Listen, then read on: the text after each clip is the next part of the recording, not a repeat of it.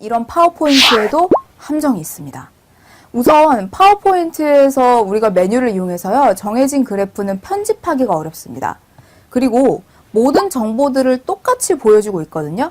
예를 들어 뭐 같은 색깔이나 이제 같은 레벨로 보여주기 때문에 중요한 것만 강조하기도 되게 어려워요.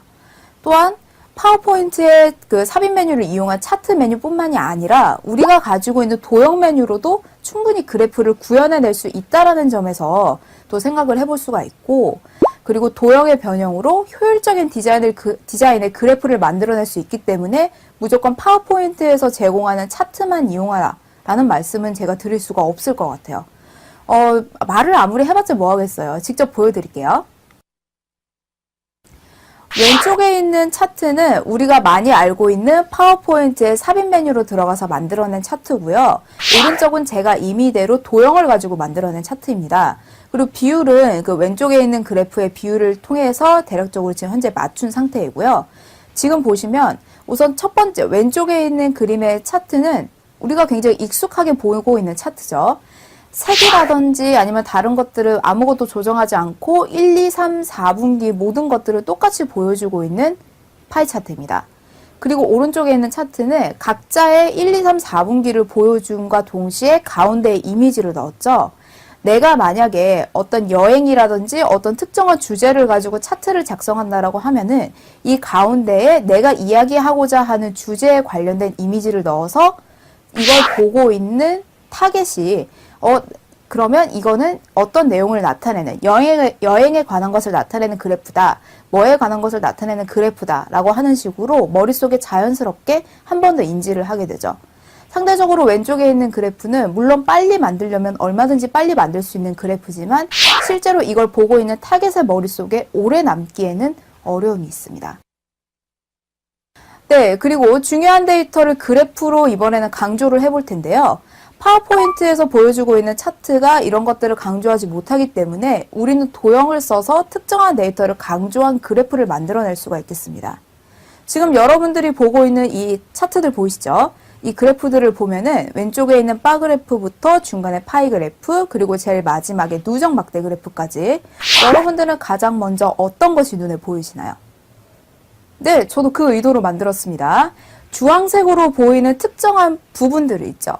상대적으로 색이나 진하기 혹은 텍스트 등을 이용해서 그래프의 부분을 강조할 수 있는데요.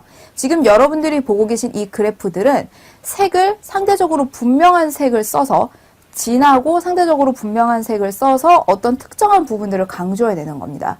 왜냐하면 그래프 전체가 아무리 중요하다 하더라도 실제적으로 우리가 이야기할 건 그래프의 한 부분뿐이에요. 그럼 그래프는 그냥 참고자료격으로 놔두는 것이 아니라 이 안에 있는 특정한 부분들을 강조해서 후에 내가 이야기할 것의 근거자료로 확실하게 못 박아둘 수가 있게 되는 거죠. 색이랑 진하기 텍스트만 조정해도 그래프에서 말하고자 하는 부분은 확실하게 튀어 보이게 할 수 있습니다. 네, 그리고 정보가 뜻하는 의미와 결론을 전달할 수가 있는데요.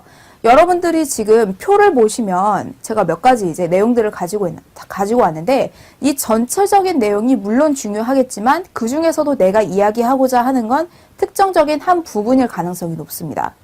예를 들어 내가 이야기하고자 하는 정보의 결론이 우리나라에 그러면 중국 방문자가 많기 때문에 그럼 중국 방문자들을 위해서 뭔가를 하자라면 어떤 그래프에서든 중국을 강조하는 걸 보여줘야 되겠죠. 마치 여러분의 오른쪽에 보이는 이 그래프처럼 말입니다. 다른 부분은요, 사실 일본과 대만, 홍콩 그리고 다른 아시아 국가가 될 거기 때문에 그걸 쪼개서 일일이 다 보여줄 필요는 없습니다. 왜냐? 지금 내 상황에서 말하고자 하는 건 중국이 갖고 있는 진감률이 그만큼 높다. 혹은 중국 사람들이 우리나라에 방문하는 방문자 수가 그만큼 많다. 이거 하나만 보여주는 거기 때문에요. 그래서 정보가 뜻하는 의미와 결론을 이거 한 가지만 표현해서 전달을 할 수가 있습니다. 우리가 가장 먼저 생각해야 될 점은요. 어떤 그래프를 보여주든지 간에 정말 강조해야 할 것이 무엇인지 생각해 보는 것. 그게 바로 우리가 그래프를 쓰기 전에 먼저 생각해야 될 점입니다.